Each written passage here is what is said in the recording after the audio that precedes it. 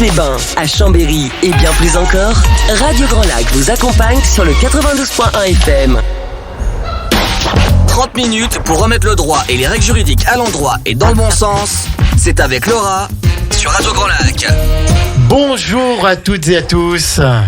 Elle est là, la Miss Campi. Elle est là, la Miss Campi. Elle nous fait contente. déjà péter le son. Ah non, là. mais je suis trop contente. C'est vrai. Je suis contente.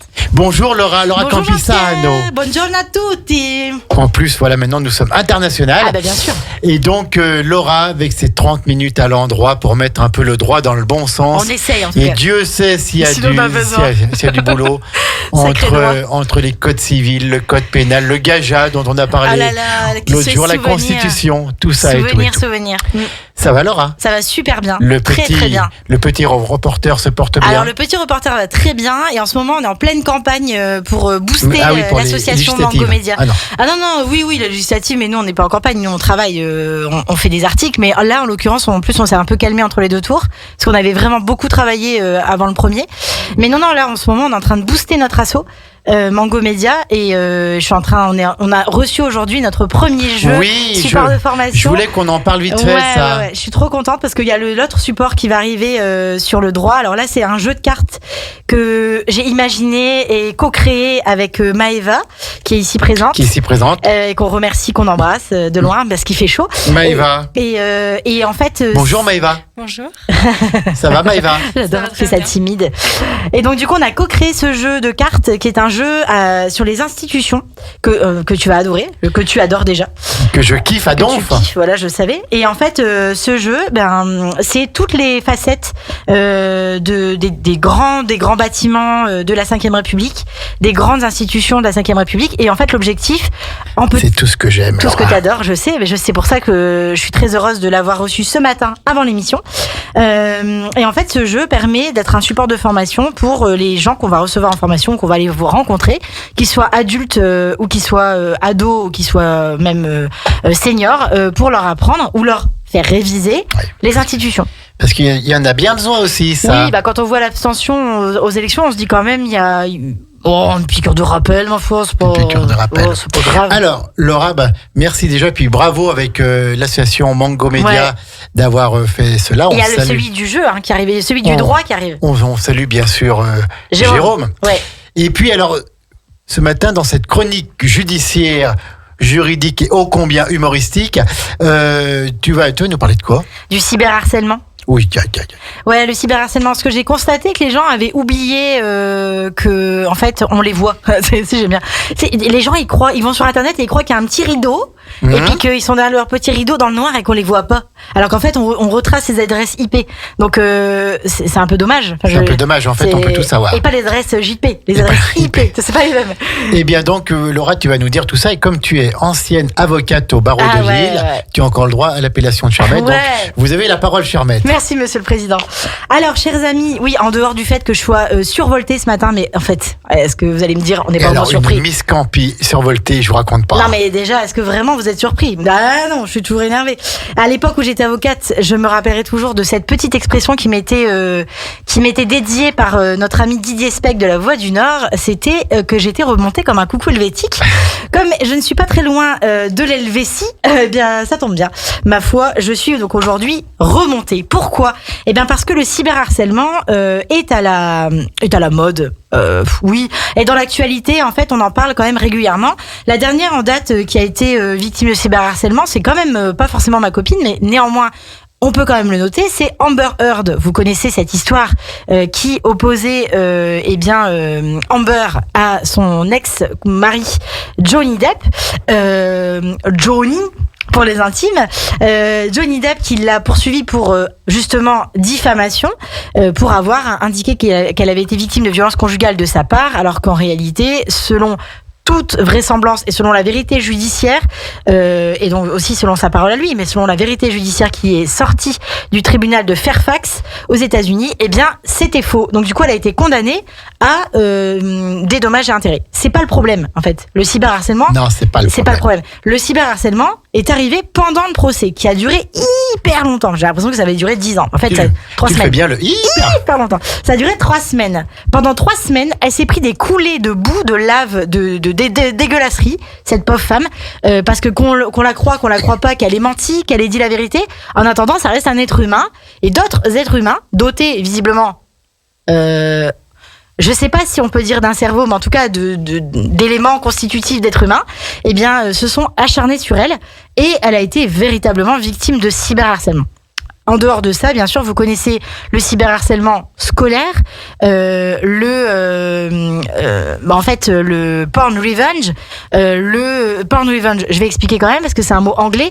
C'est quoi ? C'est quand tu sors avec quelqu'un, Jean-Pierre. Oui. Quand tu es en lien avec une personne merveilleuse que tu aimes de tout ton cœur, puis un jour ça s'arrête parce que je sais pas, elle fait mal les petits pois. Et ben en fait finalement cette personne devient ton ex parce et toi. Fait mal les petits pois. Bah oui, c'est important. Et surtout quand si les petits pois sont rouges, ça va pas du tout. Non, oui, tout à fait.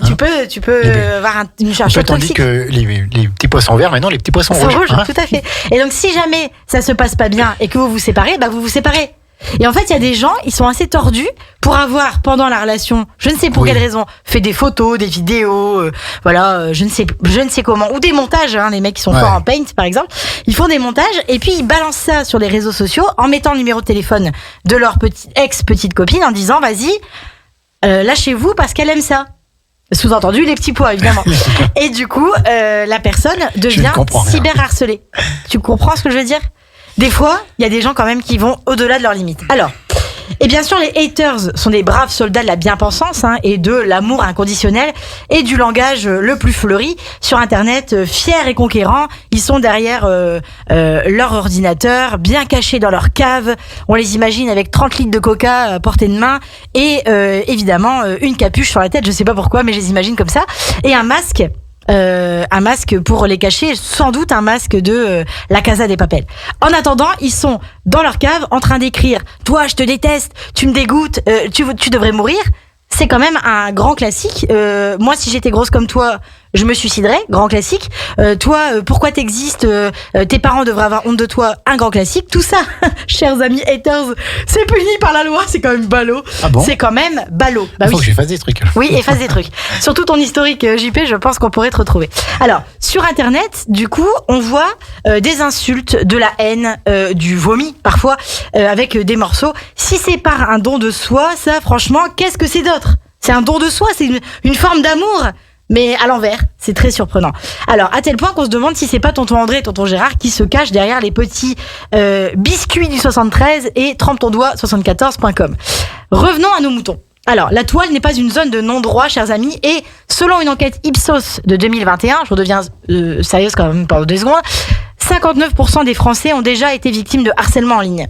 59%, c'est plus que la moitié de la population. Oui, c'est autant que le taux d'abstention de dimanche dernier. Exactement, et c'est peut-être il y a un lien.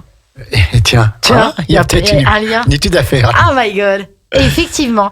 Alors la liberté d'expression, je le rappelle à tout le monde, s'arrête où commence la loi pénale. Petit rappel, on peut dire tout ce qu'on veut tant que c'est pas une infraction pénale. Tant que c'est conforme à l'ordre public et aux bonnes mœurs. Tant que c'est pas un délit, parce que en fait les insultes, le harcèlement c'est répété, c'est vraiment des tweets ou des articles ou des messages offensants contre une personne en raison de sa couleur de peau, de ce qu'elle dit, de sa religion, de son apparence physique, on peut tout imaginer, et tout simplement parce que c'est une femme ou tout simplement parce qu'elle respire. Voilà, c'est aussi une possibilité. Et le harcèlement contre les hommes, il y en a point ? Ah si, bien sûr qu'il y en a. Mais il y en a à la fois contre des hommes. Là, j'ai l'impression, cher maître, que vous condamnez surtout les représentants du sexe masculin. Mais pas du tout, au contraire. Et j'arrive à ton secours, JP. Pas du tout, parce que tout le monde se fait harceler. Que ce soit des jeunes, que ce soit des personnes plus âgées, que ce soit des jeunes dans le public, que ce soit des jeunes qui témoignent d'une manière ou d'une autre. Un article de journal en dessous, tu peux trouver sur Internet des milliers de critiques qui se sont fondées sur rien d'autre que le mec s'ennuie chez lui, quoi. Il a rien à faire, mais apprends à broder, apprends à écousser des petits pois, toujours. Fil rouge de cette matinée. Cette matinée est orientée sur le petit pois, je ne sais pas pourquoi. En tout cas, ce qui est certain, c'est que critiquer quelqu'un sur sa couleur de peau, sur son apparence, sur ses choix de vie, sur son homosexualité, son hétérosexualité, sur je ne sais quoi en réalité, pourquoi on critique les autres, à part parce qu'on s'ennuie, quoi. Je veux dire, donner ton avis sur la vie des autres, on s'en fout.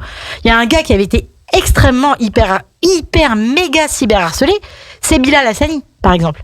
On peut être d'accord ou pas d'accord, on peut l'aimer ou le détester, j'en sais rien, je vois même pas pourquoi on peut détester quelqu'un qu'on connaît pas, mais enfin, pourquoi pas. Mais alors de là, aller lui écrire des injures, des insultes sous ses posts ou sur des vidéos, ça va beaucoup trop loin. Ça rappelle des temps un peu de notre histoire, des temps un peu noirs et sombres. Exactement. Et ça ressemble beaucoup à de la délation. Sauf que là, c'est gratuit, c'est totalement gratuit. C'est même pas payé, quoi. Je veux dire, même faites ça au moins pour de l'argent, quoi. Mais même pas. C'est pas payé et ça peut coûter cher. Ça peut coûter cher parce qu'en fait, les magistrats sont très sévères face au harcèlement en ligne et parce que principalement sur Twitter, qui est un espace public. Faut quand même pas l'oublier. Que ce soit Facebook, Twitter, tous les réseaux sociaux, c'est des espaces publics. C'est tout le monde te voit. C'est pas comme si je sais pas. C'est pas t'es chez toi et t'es caché et tu peux critiquer ta femme si tu veux. Tout le monde te voit. À tes souhaits, Jean-Pierre. Merci. Tout le monde te voit et surtout c'est grave parce que les gens peuvent relier et parce que des gens peuvent y croire en fait et ça peut les pousser au suicide, à des idées noires. Ça peut aller très loin. Tout à fait, ça peut être loin. Des dépressions, bien sûr. Plus loin, tout à fait. Parce que t'as quand même des jeunes, des adolescents notamment, qui sont cyberharcelés régulièrement sur les réseaux par des gens qui ont décidé que leur tête leur les revenait pas. On a tous connu des souffres-douleurs dans nos écoles. On a tous connu des gens, on ne sait pas pourquoi. Oui, mais parfois ça peut être gentil. À l'école, les enfants sont particulièrement cruels. Donc, si t'es un peu différent, parfois, tout le monde t'en met plein la figure. Et il suffit que t'aies une toute petite différence. Genre, tout le monde est brun et toi, t'es blond. Et ça suffit, hein. Je veux dire, ça tient à rien. Et donc, sur Internet, c'est pareil. Il faut vraiment être fou pour croire qu'en 2022, on peut cracher sa bile sans que notre adresse IP soit remontée et que nous soyons donc repérables sur Internet parce que tout se sait. Tout finit par savoir et le droit à l'oubli est passé à la trappe depuis bien longtemps. Preuve en est, les hommes politiques.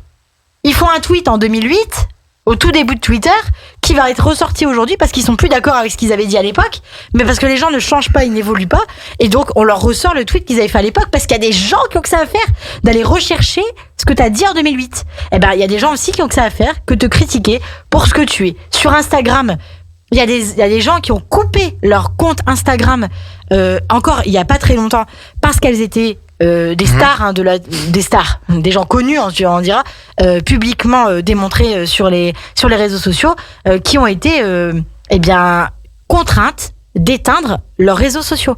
Et finalement, on se rend compte que ça fait plus de mal que de bien.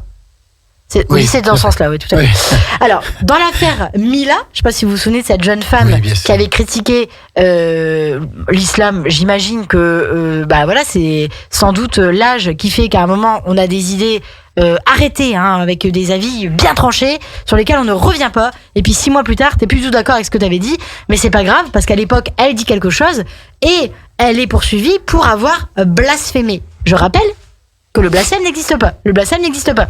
Il n'existe que dans la religion. Et en France, on est dans un pays laïque. Oula, attention, on s'attaque à un gros sujet, la laïcité. Non, je vais pas en parler ce matin, il y a beaucoup trop de travail. En tout cas, dans cette affaire Mila, où cette jeune femme a été non seulement harcelée, cyberharcelée, et ensuite menacée de mort sur les réseaux sociaux, il y a 5 jugements qui ont été rendus, et le dernier en date est du 24 mai 2022. Les 4 autres ont été rendus entre août 2020 et septembre 2021. Les juges ont relevé que le délit de cyberharcèlement était constitué, mais aussi celui de menace de mort. Alors, juste avant la pause musicale, que vous allez voir, j'ai hyper bien choisi aujourd'hui, et je remercie mes complices de Radio Grand Lac de m'avoir trouvé. Surtout Sandra. Mais c'était important. Réagit très vite. Très rapidement, très efficacement, comme d'habitude, parfaitement réalisé, bravo, 20 sur 20. Tenir des propos ou avoir des comportements répétés ayant pour but ou effet une dégradation des conditions de vie de la victime, avec pour conséquence la dégradation de la santé physique ou mentale de la personne harcelée. C'est ça le cyberharcèlement. Les éléments constitutifs, c'est la fréquence des propos et leur teneur insistante. Est-ce que tu peux peut-être redire la définition ? Je vais le dire tout doucement. Ouais. Tout doucement. C'est pas ça la chanson. C'est Bibi, ça. Oui, c'est Bibi. C'est pas moi, Bibi, hein. Bibi la chanteuse. Pas le chapeau non plus. Tenir des propos ou avoir des comportements répétés ayant pour but ou effet une dégradation des conditions de vie de la victime, avec pour conséquence la dégradation de la santé physique ou mentale de la personne harcelée. On ne parle pas dans cette définition d'intention, de vouloir, voilà, donc... L'intention, elle est en fait dans les éléments constitutifs. Tu as justement la fréquence des propos, et là on voit l'intention au travers de la fréquence des propos. Parce que si tu dis une fois une critique contre quelqu'un, c'est une chose. Si tu le dis 77 fois par jour, c'en est une autre. Bien sûr. Là on sent une intention de nuire, hein, une vraie. Et c'est d'ailleurs, pour revenir à Amber Heard, ce qui avait été relevé par le jury du tribunal de Fairfax, c'est l'intention de nuire d'Amber Heard dans l'affaire qu'il oppose à Johnny Depp. Et ben là, c'est pareil. C'est vraiment l'intention de nuire à quelqu'un et la teneur insistante. Si t'insistes, c'est comme les coups de couteau. T'en donnes un, t'en donnes 26, c'est pas la même... Circonstance aggravante. C'est plus la même limonade. Voilà. Dimension, si tu veux, mais je trouvais que c'était... Limonade, ça a été pétillant. Ça donne un peu de peps à cette histoire. Je vous propose une pause musicale. Qu'en pensez-vous, mes amis? Bonne idée? Alors, c'est quoi ta pause musicale, Laura? Ma pause musicale, c'est une chanson de Zazie, une vieille chanson de Zazie qui s'appelle Cyber. Elle est pas dans le métro? Non, pas celle-là. Pas celle de Raymond Queneau, l'autre. On écoute Zazie, on est toujours en direct 92.1 radiograndlac.com. C'est 30 minutes à l'endroit, c'est la Miss Campi en pleine forme ce matin, révoltée. Notre Laura Campisano que l'on adore à Radio Grand Lac. C'est réciproque. On revient dans quelques instants. À tout de suite. Radio Grand Lac, à Aix-les-Bains et autour du lac du Bourget, votre radio. 30 minutes pour remettre le droit et les règles juridiques à l'endroit et dans le bon sens. C'est avec Laura sur Radio Grand Lac. Cyber avec Zazie pour nous rappeler qu'on parle du cyberharcèlement ce matin avec Laura Campisano sur Internet et tout. Tout à fait. Et si vous avez été attentif à la chanson, on est cyber et si fiers de ne plus être humain. Elle est pas mal, hein, la chanson, elle était bien choisie. Hein. Je sais pas qui a choisi cette chanson. Je sais pas, à mon avis, ce serait pas une certaine Laura Campisano. Mais je pense, mais en tout cas, il faudrait la rencontrer. Allez, Laura, on poursuit ton brillant exposé en présence de notre jeune stagiaire au sourire toujours aussi charmeur et qui regarde Laura d'une... Je trouve pas qu'elle ressemble un peu à Clara Luciani, je pense, voilà. Oui, peut-être. Je trouve que c'est un petit terme. Allez, c'est parti, on va arrêter de la mettre mal à l'aise et on continue sur le cyberharcèlement. Donc, je vous l'ai dit, les conditions, en fait, les éléments constitutifs du cyberharcèlement, c'est la fréquence des propos et leur teneur insistante. Le harcèlement en ligne, eh bien, sous-entend qu'on est sur Internet et que, eh bien, évidemment, on est sur un réseau social, sur un jeu vidéo multijoueur, sur un blog ou même sous en fait, des forums d'émissions, etc. Tout est possible, tout est tant que c'est en ligne. La matérialité, eh bien, c'est le commentaire d'internautes, des vidéos, des montages d'images, des messages sur des forums. Et bien sûr, le harcèlement en ligne est puni, que les échanges soient publics ou privés. Parce que c'est important de le savoir. C'est-à-dire que même les messages en MP, même les DM, Direct Message, sur Twitter, tout ça, même quand tu crois que c'est en privé, c'est pas privé en fait, hein, tout ça se voit.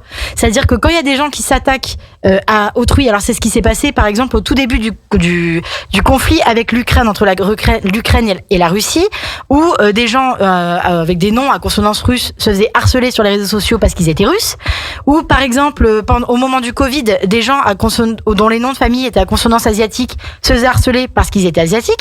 Tout ça dans un message privé, bienveillant évidemment, alors qu'en réalité les gens sont tellement intelligents qu'ils pensent qu'on va pas le voir. Tout ça fonctionne devant un tribunal, c'est constitutif d'une preuve et de la preuve d'un harcèlement. Alors qui sont les responsables? Bon bah d'ailleurs déjà, je crois que faut pas avoir fait de longues études pour se dire que les responsables sont éventuellement déjà les auteurs des propos. Et oui, et l'intermédiaire est responsable également s'il a eu connaissance d'un message publié sur sa plateforme, mais qui n'a pas agi rapidement pour faire retirer ce message dès qu'il en a eu connaissance. C'est-à-dire, eh bien, Twitter, Facebook, TikTok, Instagram principalement, et YouTube, bien sûr, parce que les commentaires sur les vidéos YouTube, notamment des YouTubeurs, je pense qu'ils ont autant de haters que de fans, ces gens. C'est fou, et c'est ce qui retient, bien souvent, des gens qui ont des choses à dire intéressantes. Ils le font pas parce qu'ils ont peur de se faire déchirer et laminer sur les réseaux sociaux. À un moment, on arrive à faire la part des choses, mais c'est pas toujours évident. Il suffit qu'on soit dans une mauvaise passe. L'humoriste Laura Calu, par exemple, en a parlé régulièrement sur ses réseaux. Camille Lelouch aussi en a parlé régulièrement. On a des personnes qui prennent la parole pour le dire publiquement. Il y a même des gens qui se font harceler sur les réseaux puis retracer, je ne sais comment, et jusqu'à chez elles, en fait, agresser à leur domicile. Donc, ça va quand même très loin. Et comme il y a plein d'émissions de télé-réalité qui fusent dans tous les coins en ce moment, eh ben, ça va vite, en fait, d'aller harceler les gens. Et donc, c'est un peu le revers de la médaille de la lumière, en fait. C'est vraiment la part d'ombre de ces stars éphémères, quelque part. C'est des stars qui deviennent stars très vite, donc qui brillent très rapidement, et puis qui, en même temps, se prennent des vagues de boue, souvent par des gens envieux. J'ai aimé cette hypothèse, je ne sais pas ce qu'on en pense de l'autre côté du micro.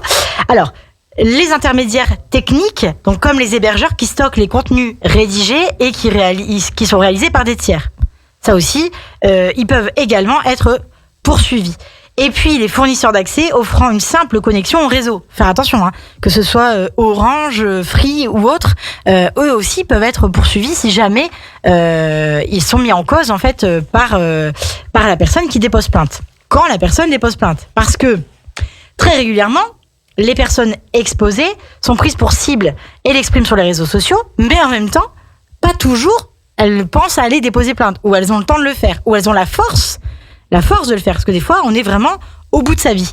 On peut demander le retrait auprès des responsables par exemple, d'une plateforme, d'un forum, d'un réseau social, mais ça, le retrait n'est pas une plainte officielle. Je tiens à le rappeler. Si vous êtes victime de cyberharcèlement, demander le retrait du tweet ou le signaler, c'est pas suffisant.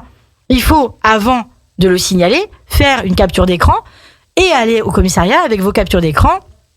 Si vous voulez faire ça dans les règles, vous pouvez même aller vraiment dans les règles de l'art. Vous pouvez aller chez un huissier pour faire constater par un constat d'huissier ces preuves, en fait, ces éléments, pour ensuite les utiliser dans un procès verbal, les utiliser non seulement dans la plainte, mais aussi dans une audience pénale.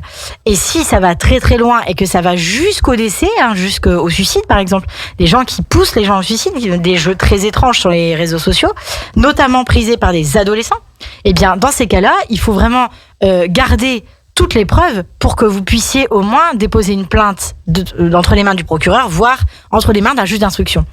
Alors ça, les plateformes comme Twitter, vous savez qui est le propriétaire de Twitter maintenant, je pense. C'est Elon Musk. Facebook, Instagram, WhatsApp, tout ça appartient à Mark Zuckerberg. Tout ça est donc domicilié, pas en France, domicilié aux États-Unis. Donc ce n'est pas suffisant de faire retirer le tweet parce qu'elles ne sont pas soumises à la loi française. Donc il faut bien signaler et faire des captures d'écran, aller au commissariat de police. Si ça marche pas dans un, changer de commissariat de police, aller dans une gendarmerie. Vous trouverez forcément une écoute attentive à un moment donné. Si ça marche pas une fois, n'allez pas crier sur tous les toits que personne ne vous a reçu. Continuez à chercher quelqu'un qui vous écoutera et à quelqu'un, un représentant de l'autorité publique qui va vous écouter et prendre en considération ce que vous allez lui dire avec les preuves que vous lui aurez ramenées. Parce que la loi existe, la loi vous protège. La loi, c'est l'article 222-33-2 du Code pénal. Le cyberharcèlement est une circonstance aggravante du harcèlement moral. Elle est inscrite dans la loi de 2014. C'est une loi, en fait, qui véritablement vient punir les auteurs de harcèlement et de cyberharcèlement. Le harcèlement moral, ça peut être au travail. Donc, le slut shaming peut avoir lieu derrière. C'est des mots anglais parce que c'est importé des États-Unis. On n'a pas pris que le bon de leur culture. Donc, il s'est importé des États-Unis, c'est-à-dire que vous êtes au travail, un de vos collègues vous harcèle, et après le harcèlement, eh bien, il va passer à vous faire une mauvaise réputation dans le travail, dans votre entreprise, puis dans le groupe, puis sur les réseaux sociaux, puis dans la messagerie, puis envoyer des photos, des montages de vous à votre famille. Ça peut aller très très loin et ça peut vraiment ruiner votre santé, votre carrière et puis votre couple. Parfois, les montages sont très bien faits. Il y a des gens qui ont des dons de montage et qui devraient les utiliser à bon escient, mais qui les utilisent malheureusement pour le moins bon.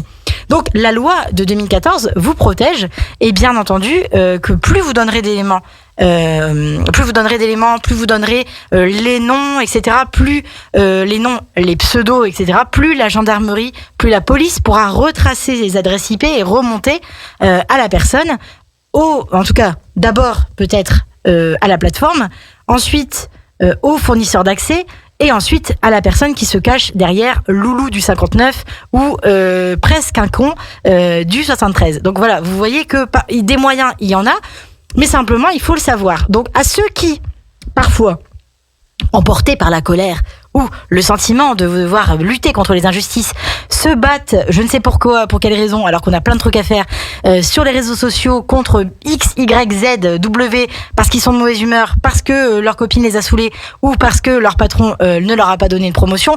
Évitez, réfléchissez avant d'écrire n'importe quoi sur les réseaux sociaux, arrêtez de vous attaquer aux gens avec des insultes ou de vous attaquer tout simplement toujours à la même personne, parce que la répétition, je tiens à le rappeler, c'est la répétition de vos actes qui va constituer l'infraction de cyberharcèlement. N'écrivez pas des messages privés insultants parce que ça aussi, c'est constitutif du cyberharcèlement. N'écrivez pas des commentaires dégoûtants sous des pages d'entreprise parce que vous n'êtes pas d'accord ou sous des pages de je ne sais quoi. Alors on va dire d'une radio parce que vous êtes révolté par je ne sais quel comportement à la radio. Allez voir les gens directement en fait, allez dans la vraie vie, parce qu'en fait on n'est pas des robots et que le cyberharcèlement est véritablement punissable. Ne n'oubliez pas que dans le procès Mila a gagné l'intégralité de ses procès. Voilà. C'est vrai. Contre ses harceleurs et contre les gens qui la menaçaient de mort sur les réseaux en pensant qu'ils étaient cachés dans leur cave avec leur litre de coca et leur masque de la Casa des Papel. J'en ai terminé pour aujourd'hui et je vous remercie 1000 fois de m'avoir écoutez. Mais c'est nous qui te remercions, charmante Laura Campissano. J'étais tellement énervée par ce sujet. Oui, je sais pas pourquoi j'étais énervée comme ça. Mais je peux vous dire que l'ambiance dans le studio est très calme. Personne n'ose bouger une oreille, que ce soit ma complice et amie Sandra qui est debout là-bas en train de regarder Laura de loin. Et qui est d'accord, qui acquiesce. Prête à partir à la moindre furie de Laura. C'est pas le genre de la maison. Ce soit notre stagiaire là-bas qui ressemble à Clara Luciani. Vous avez vu comme tout elle le monde ressemble. est calme. Même moi, je n'ose pas trop parler. Mais après non, mais en même temps, faut dire, c'est excessivement énervant. C'est ce que j'allais dire. Attends, ça suffit maintenant. En fait, les gens, je sais pas pourquoi ils font ça. Ils ont. C'est comme les gens qui mettent des commentaires négatifs sur les restos ou les cinés. Voilà. Mais t'as rien à faire dans ta vie, que tu t'ennuies ou... Il y en a qui se complaisent à faire ça. Parce que moi j'ai du boulot pour 6 personnes, donc tu peux venir. Parce que tout le monde est juge, tout le monde est procureur et tout le monde a fait cuisine et tout le monde sait que voilà, quand tu vas manger quelque part, tu ne dois jamais avoir d'erreur, quoi. Non, mais personne n'a droit à l'erreur. Nous, chez nous, ça peut être le Capharnaüm, j'adore ce mot latin. Ça peut être n'importe quoi chez nous, mais par contre, on a le droit de dire ce qu'on veut sur les réseaux sociaux. Et ça, par contre, ça aussi, c'est excessivement énervant. Bon, bien sûr. Merci Laura. Donc, on te retrouve dans 14 jours, pile poil, le 30 juin. Tout à fait. Tout à l'heure, à midi, avec Sandra, j'aurai le grand bonheur d'accueillir Loïc Vincent d'Aix-les-Bains-Riviera des Alpes et on va présenter toute la saison estivale sur notre beau territoire. On va parler bien sûr du Musilac, on va parler du grand festival du cinéma français qui arrive. On va parler de plein de choses. C'est à midi, de midi à 13h. Et puis ensuite, alors oui, une exclusivité que je vais vous annoncer dès à présent. Allez. Demain à 11h, alors que Lolo arrive aussi, demain à 11h, nous aurons ici en studio pour une émission exceptionnelle Hervé Guémard, président du département de la Savoie. Salut, on est content de savoir qu'il vient de temps en temps quelque part. Président de la Fondation Charles de Gaulle et donc écrivain aussi, membre de l'Académie des sciences morales et politiques. On a tellement envie qu'il réponde à nos mails quand on l'appelle. Il sera là demain, donc à 11h, de 11h à midi pour une émission exceptionnelle. En tout cas, Laura, merci beaucoup. Avec plaisir. Bon après-midi à toutes et à tous. À midi, juste avant nous, c'est Maxime avec son flash info national, local et la météo. Et puis maintenant, c'est la playlist musicale. À bientôt à toutes et à tous. On vous aime sur Radio Grand Lac et bon appétit si vous passez bientôt à table.